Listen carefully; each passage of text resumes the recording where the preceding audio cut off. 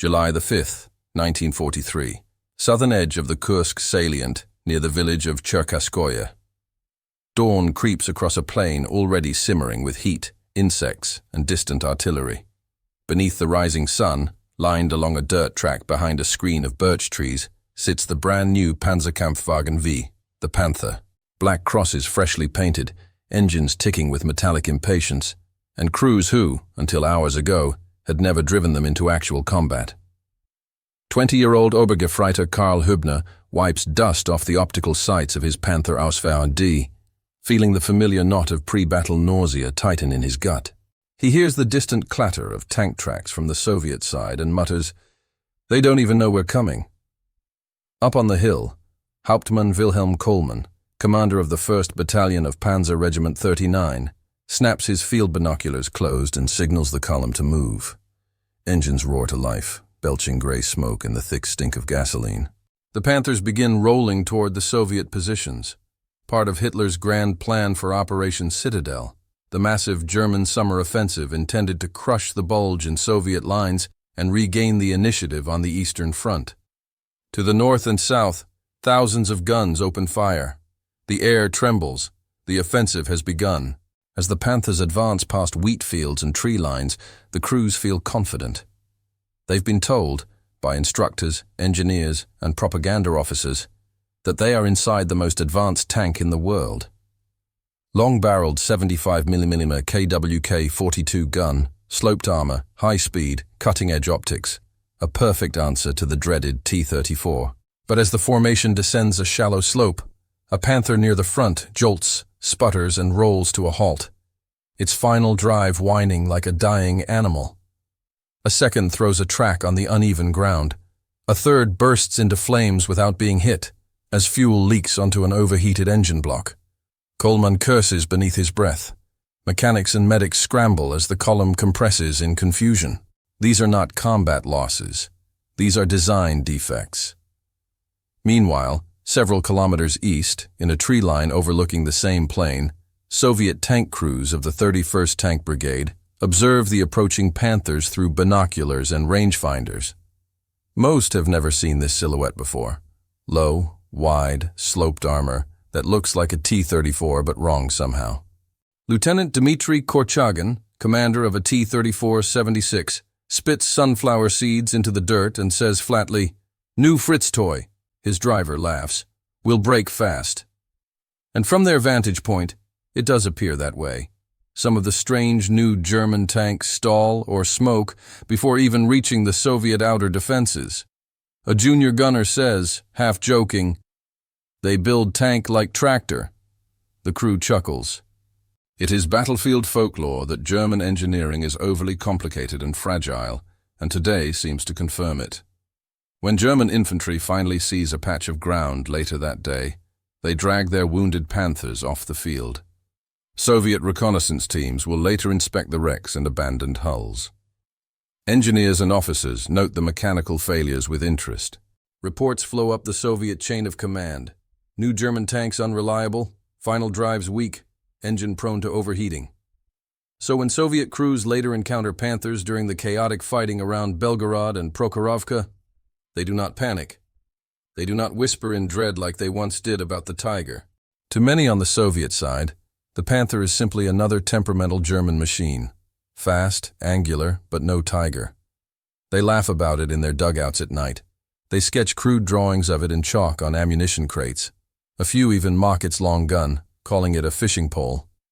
There is confidence, earned confidence, because the T-34-76 has already proven itself to be the tank that saved Moscow, that stopped the Germans at Stalingrad, that survives where others die.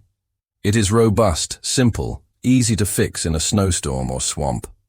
And at Kursk, the Panther does little to change that perception.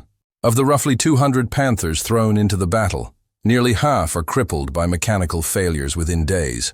Walter Nering, one of Germany's most respected armor generals, later admits privately that the Panther was rushed into combat too soon. The engineers needed months. Hitler gave them weeks. By mid-July, as Operation Citadel grinds to a bloody halt under relentless Soviet counterattacks, the Panther earns an unofficial German nickname, Kind mit Kinderkrankheiten, a child with childhood diseases. To the Soviets, however, the assessment is simpler. The Panther is another example of overbuilt German machinery, impressive on paper, broken in the mud. So they laugh. They laugh in field workshops as they repair T-34 engines with spare parts pulled from crates filled with cosmoline-coated components. They laugh as they bivouac around campfires made from splintered ammunition boxes. They laugh as they read intelligence reports describing Panthers that burned without being hit. But the laughter masks a crucial fact. The Panther S failures have nothing to do with its lethality. And soon, very soon, that long-barreled 75mm gun will show the Soviets what it can really do, at ranges they never imagined possible. August 1943, the outskirts of Kharkov, during the third battle for the city. Dawn hasn't fully broken. The sky is a sheet of dim cobalt and smoke. A Soviet armored column from the 18th Tank Corps pushes south along a dirt road lined with shattered trees. T-34-76 lead, followed by a handful of heavy KV-1s and trucks loaded with infantry clinging to their sides. Their objective is simple: exploit the collapsing German flank and drive the enemy out of key villages before they establish a new defensive line. Inside one T-34, Lieutenant Dmitry Korchagin, the same officer who joked at Kursk, sits hunched beneath the turret ring, goggles smeared with grease. He listens to the engine growl, feels it shake the whole hull. No radios for every tank. Signals are flags and hand gestures, just as they were in 1941. His crew are seasoned and confident. The Germans are retreating. Morale is high. And then his driver hits the brakes. Cut across the road in front of them, angled behind a low ridge, are silhouettes. 5 at first, then more as turret shapes rise over the crest. The outline is wrong for Panzer IVs. Wrong for Tigers, too. Too low, too slender. Korchagin doesn't recognize the model, but his gunner, a sharp-eyed lad from Smolensk named Fedya, mutters, "New tanks, same as Kursk." The Panthers have arrived. But these are not the temperamental Aus-D models that died at Kursk from overheating and gearbox seizures. These are refitted machines, some factory-fresh Aus-F, models arriving with improved cooling, strengthened transmissions, and crews who have now trained for weeks, not days. Their commander, Oberleutnant Fritz Decker of Panzer Regiment II, scans the Soviet column through a state-of-the-art TZF-12A sight. To him, the battlefield is crystal clear. German optics are the best in the world, precision glass that can mean life or death. He ranges the nearest T-34. 2,000 meter, his gunner says. 2,000 meters. Nearly unimaginable engagement distance for most tanks on the Eastern Front. Decker gives the order. Feuer. The Panther's 7.5 kBK 42L70 gun hammers back with a metallic crack that echoes across the plains. A tungsten-cored PZAR 3942 round screams through the morning air and punches through the angled front of Korchagin's lead T-34 as if it were paper. No dramatic sparks, no ricochet, just a clean, brutal penetration and a plume of black smoke. The column stalls. Infantry leap from trucks. KV-1s rumble forward to return fire, but they are slow and blind at long distances. The Panthers fire again, and again. Their long, slender barrels barely move as loaders work fast with gloved hands. German rangefinders call targets calmly over the radio net. Left column, Mark 1, engine deck hit. Fire spreading. The Soviets respond, but their rounds fall short or ping harmlessly off sloped Panther Glacis plates. Fedya slams shells into the T-34's 76mm gun and fires blindly at muzzle flashes. But at this range, the shots either miss or shatter against armor that angles at 55 degrees. Within minutes, 3 burning T-34s and 2 dying KV-1s sit in the road, their crews scrambling for cover. Soviet officers scream orders, but chaos has momentum. The Germans withdraw behind the ridge, engines throttling, tracks grinding, a fighting retreat anchored by superior fire control. Korchagin, half blinded by smoke, finally sees one clearly. Low hull, wide tracks, turret mid-mounted with that impossibly long gun. He watches it reverse over the ridge, crew disciplined, formation intact. This time no one laughs. Hours later, Soviet recovery teams pull surviving tankers out of the wrecks. Mechanics examine the holes. Perfect surgical penetrations through frontal armor they once believed invulnerable at anything beyond medium range. Measurements confirm the impossible. Hits at 1,800 to 2,200 meters, far beyond typical engagement envelopes of the Eastern Front.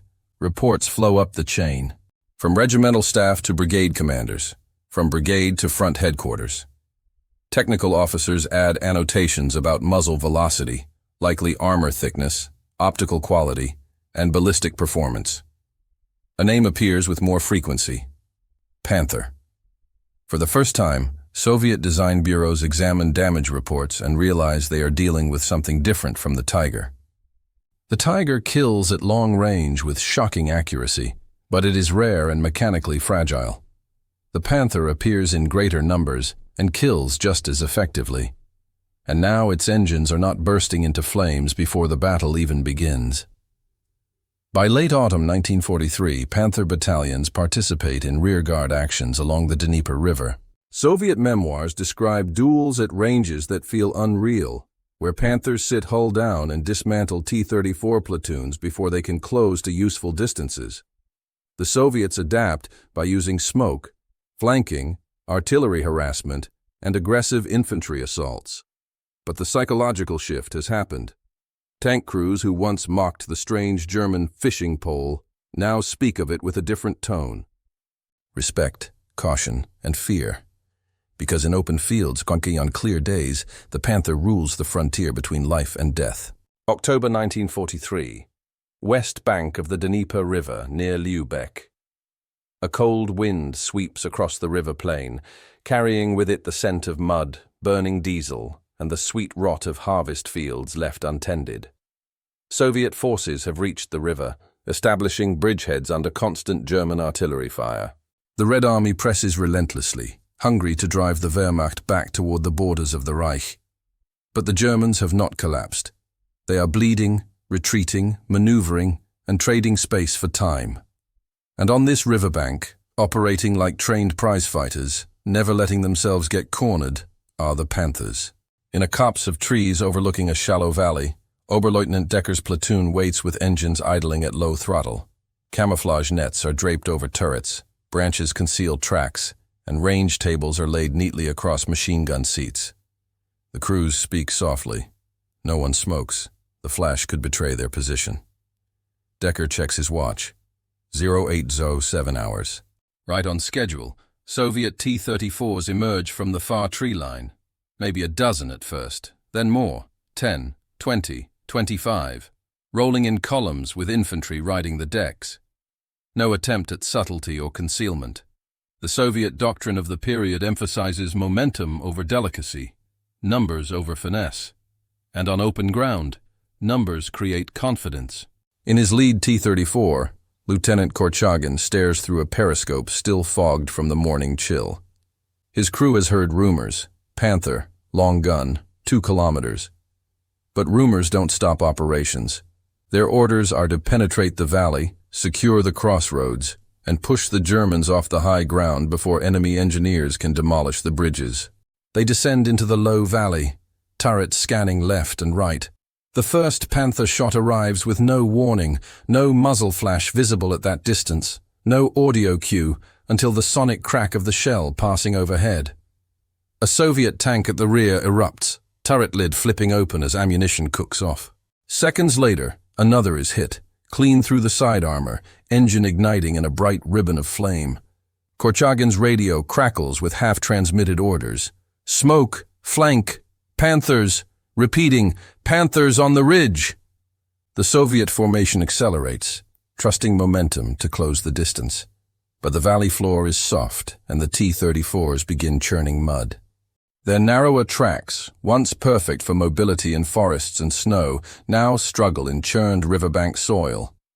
Panthers, with their broad tracks and interleaved suspension, are already reversing, maintaining distance, dictating the engagement. And the killing continues. From 1,300 meters, The Panthers are gods of geometry and glass. Their Zeiss optics and high muzzle velocity allow them to pick targets like hunters choosing deer at the edge of a meadow. The Soviets fire back blindly, but their rounds either fall short or ricochet off the Panthers' 80mm sloped glacis. Inside a Panther turret, Gunner Unteroffizier Max Vierling calls out ranges with calm precision. Ziel 2,5, Entfernung 1,900, Wind 0, Feuer. Crack. Another T-34's hull blooms into a geyser of sparks and flame. The loader, drenched in sweat and grease, slams another round into the chamber. Laden. Meanwhile, Korchagin's tank lurches forward. He spots flashes, slender muzzle signatures halfway up the ridge, and bellows for smoke. His driver slams a canister switch, and white plumes burst behind them, but the valley wind disperses the cover too quickly. A KV-1 bellows past him, firing on the move. The 70-60-meter shell arcs wide and vanishes against the ridge. The Panther that drew the shot angles its glacis forward and replies. The KV-1, proud veteran of 1941, takes a round through its turret ring. Armor that once laughed at Panzer III shells now punched through like wet clay. The psychology of the battlefield changes in minutes. The Soviets are used to charging, closing, overwhelming. Against Tigers, they can swarm and flank. Against Panzer IVs, they can trade shots until one side breaks. But against Panthers on open ground, at range, there is no trade, only math. Decker's platoon withdraws by bounds. First platoon fires while second moves, then they switch. It is disciplined, elegant rearguard work. The Soviets cannot catch them. They never get close enough. An hour later, when the guns finally fall silent, the valley floor is dotted with burning Soviet tanks and trucks. The Panthers are gone, vanished into forest trails, leaving only spent shell casings and crushed grass behind. That evening, at a makeshift Soviet field workshop near the bridgehead, officers and engineers walk among the wrecks. They run fingers across the entry holes, small, neat, always angled slightly downward from elevation. A major from the GBTU, Main Armored Directorate, kneels beside a penetrated T-34 hull and measures the angle with a protractor. Distance? He asks without looking up. Over 2 kilometers, the recovery officer replies grimly. The major sighs. We cannot fight them like this in the open. His words travel. They echo through Soviet tank brigades, engineering bureaus, doctrine councils. Reports emphasize 3 indisputable realities. 1. The Panther's optics are unmatched. 2. The Panther's gun outranges the T-34 by nearly a kilometer. 3. Sloped frontal armor makes head-on engagements suicidal. And so, in the winter evenings of 1943, in dugouts lit by lanterns and candles, Soviet tankers begin studying new instructions: how to kill the Panther. They learn to ambush from forests, to attack at dusk or fog, to close to 500 meters or less before firing, to use Su-85s and Su-152s for overwatch, to avoid open fields unless artillery can suppress the ridgelines. Because now, there is no laughter, only adaptation. Only the grim understanding that the war has entered a new phase, one defined not just by bravery and numbers, but by optics, muzzle velocity, armor slope, and range. January 1944. Northwest of Kiev, during the Soviet winter offensives. Snowflakes drift across churned black earth, settling on spent shell casings and the twisted wreckage of trucks abandoned in haste. The distant pops of small arms fire punctuate the cold air, but the lines have shifted again. The Red Army is pushing west at a pace unthinkable 2 years before. In a dense forest outside Radomyshl, a Soviet ambush has been prepared with uncommon discipline. Camouflage nets strung between fir trees conceal the angular hulls of Su-85 self-propelled guns, their 85mm cannons pointed down a narrow forest road. Infantry with anti-tank grenades hide in snow-covered foxholes. Tank crews whisper final instructions inside their T-34s, breath steaming in the bitter air. Among them sits Lieutenant Korchagin, now battle-hardened, his tank bearing scorch marks from past duels. His unit has learned the hard way that charging Panthers across open plains is suicide. Today they will not charge. They will wait. The German column approaches at noon. engines audible long before the vehicles emerge through the trees. The lead element consists of armored cars and half-tracks, followed by infantry trucks, and then the Panthers. Their turrets swivel as they advance, wary but committed to breaking through to counterattack the Soviet bridgeheads across the Dnieper. Inside his Panther, Oberleutnant Decker studies the forest road through his binoculars, uneasy. He dislikes forests. They negate optics, blind his gunner, and invite ambush. But orders are orders, and the Germans need to buy time. Overextended Soviet spearheads must be cut off or slowed. He radios his second in command. Achten Sie auf Flanken. Dies ist ein guter Ort für eine Falle. Watch the flanks. This is a good place for a trap. But he is already inside it. A Soviet infantryman triggers the opening signal, a red flare streaking up through the trees. A second later, the forest explodes into violence. Su-85s fire from hidden revetments, their 85mm rounds slamming into the side hull of the lead Panther at less than 300 meters. One shot penetrates the ammunition stowage. The turret lifts, flames roaring out of every hatch. Korchagin's T-34s thunder forward from their concealment, not to duel at range, but to flank and pin. The battlefield doctrine that seemed suicidal months earlier now feels precise and surgical. Smoke grenades detonate, obscuring Panther optics. Infantry rush the half-tracks, grenades in hand. The Panthers return fire, fast, disciplined, deadly.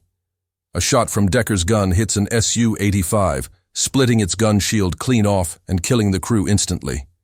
Another Panther crushes a foxhole under its treads, machine guns stitching trees into splinters. But this is not the open steppe.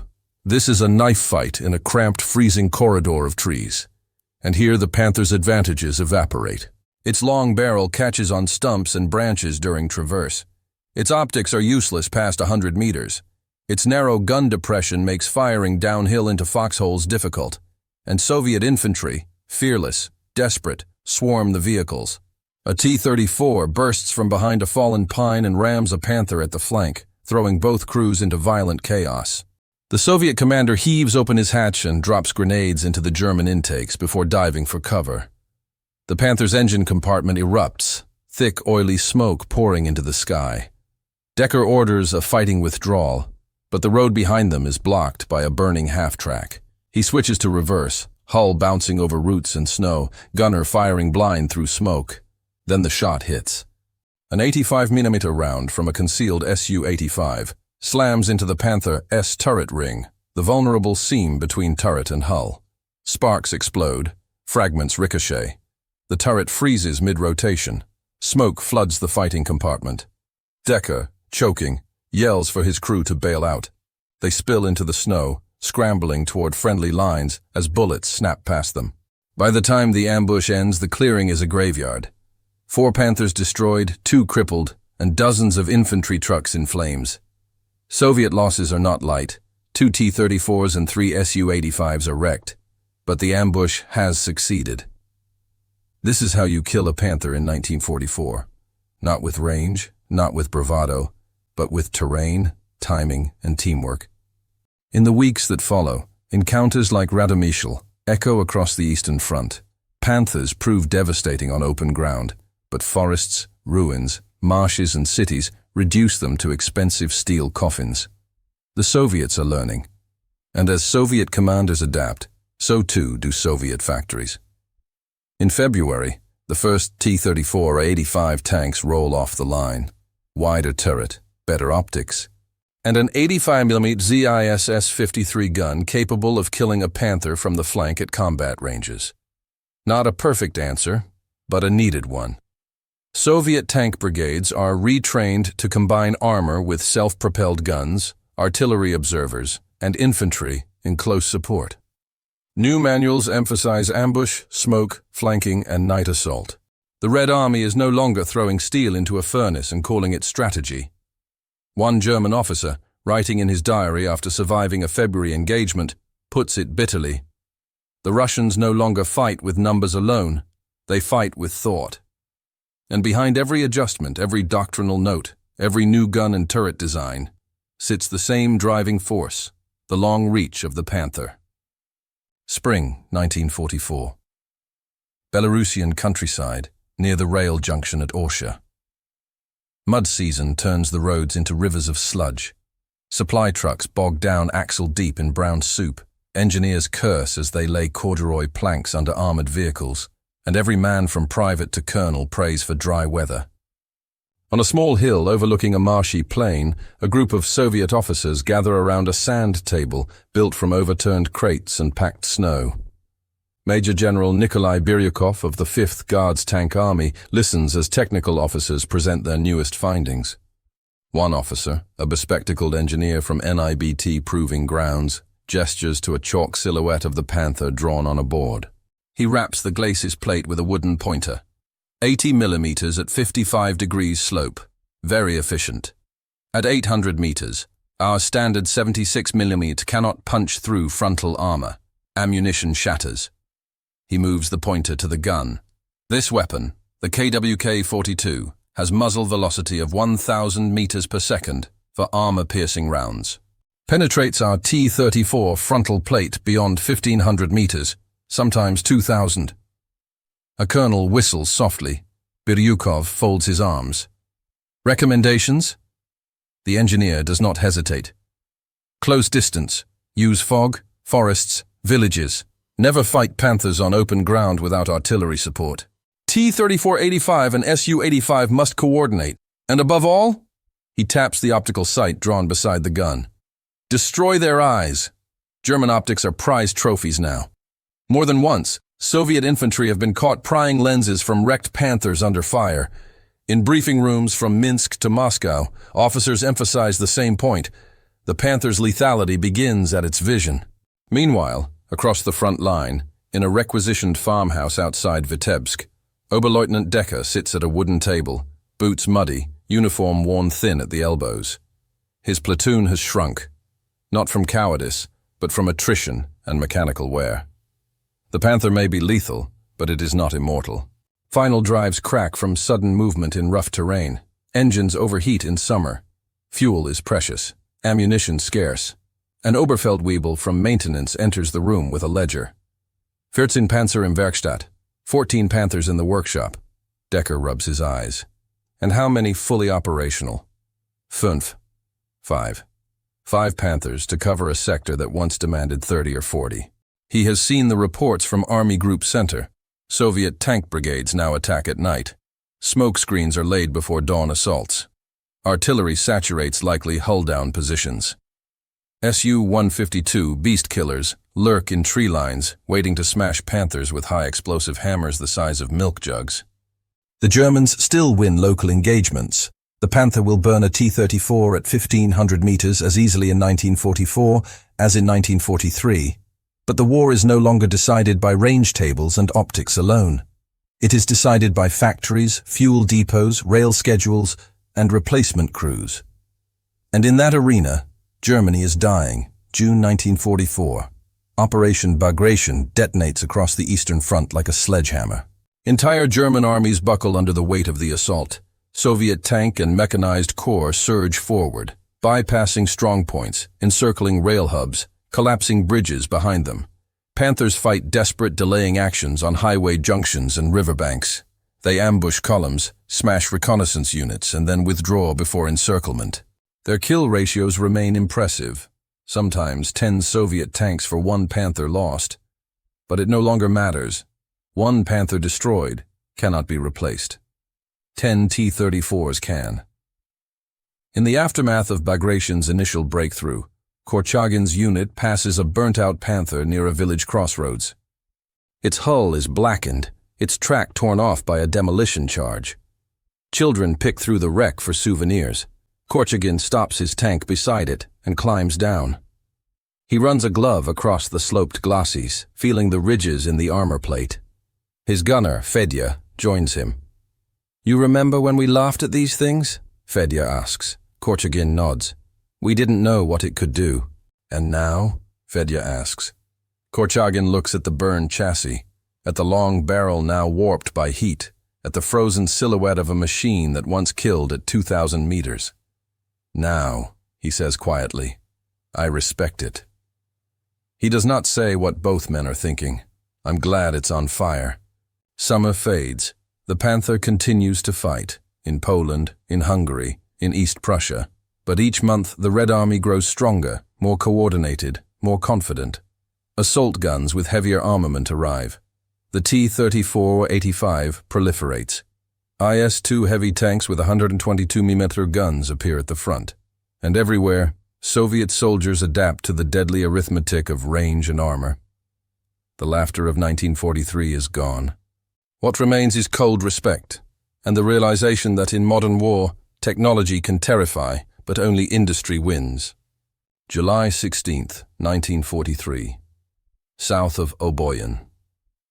Major Vasily Karpov crouched behind the wreck of a burned-out T-34, binoculars pressed to his face. The morning haze still clung to the low ground as the battlefield settled into that eerie pause between engagements. Smoke drifted in thin ribbons and the clatter of distant machine guns echoed among the rolling wheat fields. Through the glass, Karpov spotted them, 3 Panthers, moving across a shallow ridge in perfect spacing. Turrets clocked left and right like watchful predators. Their long 75mm L-70 barrels looked absurdly oversized compared to the squat F-34 guns of the T-34s scattered around him. "Comrade Major," a radio operator said breathlessly, "the tankers are asking if they should close the distance." Karpov continued watching as the lead Panther halted, traversed smoothly, and fired. The thunder rolled across the steppe a full second later. A T-34 to the west lurched as the round punched clean through its glacis. Flames erupted from the turret ring. Karpov lowered the binoculars and exhaled. "No," he said grimly. "Tell them to flank. Always flank. Never fight it head-on." The operator nodded and sprinted toward the dug-in radio truck. Karpov's realization was one many Red Army officers were arriving at during the summer of 1943. The Panther wasn't just another heavy German tank kludged together to compensate for losses. It was a hunter, built to kill T-34s specifically, combining a high-velocity gun, well-sloped armor, and long-range optics into a design far more refined than anything the Soviets expected after Barbarossa. That afternoon, 2 companies of T-34s attempted exactly what Karpov instructed. Soviet crews reported mixed results. Some Panthers were knocked out by flank shots. Others were immobilized by hits to road wheels and transmissions. But even then, crews noted something unsettling. "The gun never misses at range," one lieutenant wrote in his post-action report. "If they see you, they strike you. Our armor cannot save us. Only movement can."